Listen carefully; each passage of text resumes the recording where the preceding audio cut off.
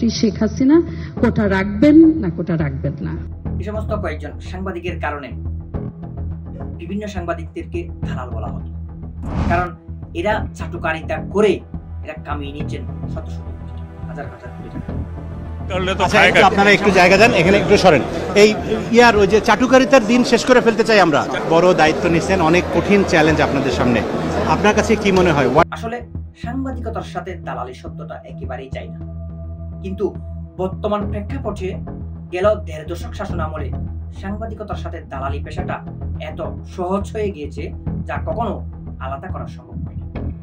কারণ এমন ভাবে একটা ফাঁদ পেতেছিল সেই বিদেশি সরকার, অর্থাৎ দালালি না করলেও আপনাকে সেদিন আয়নাঘরের মতো ঘরে যেতে হবে, নাহলে আপনাকে দালালি করতে হবে।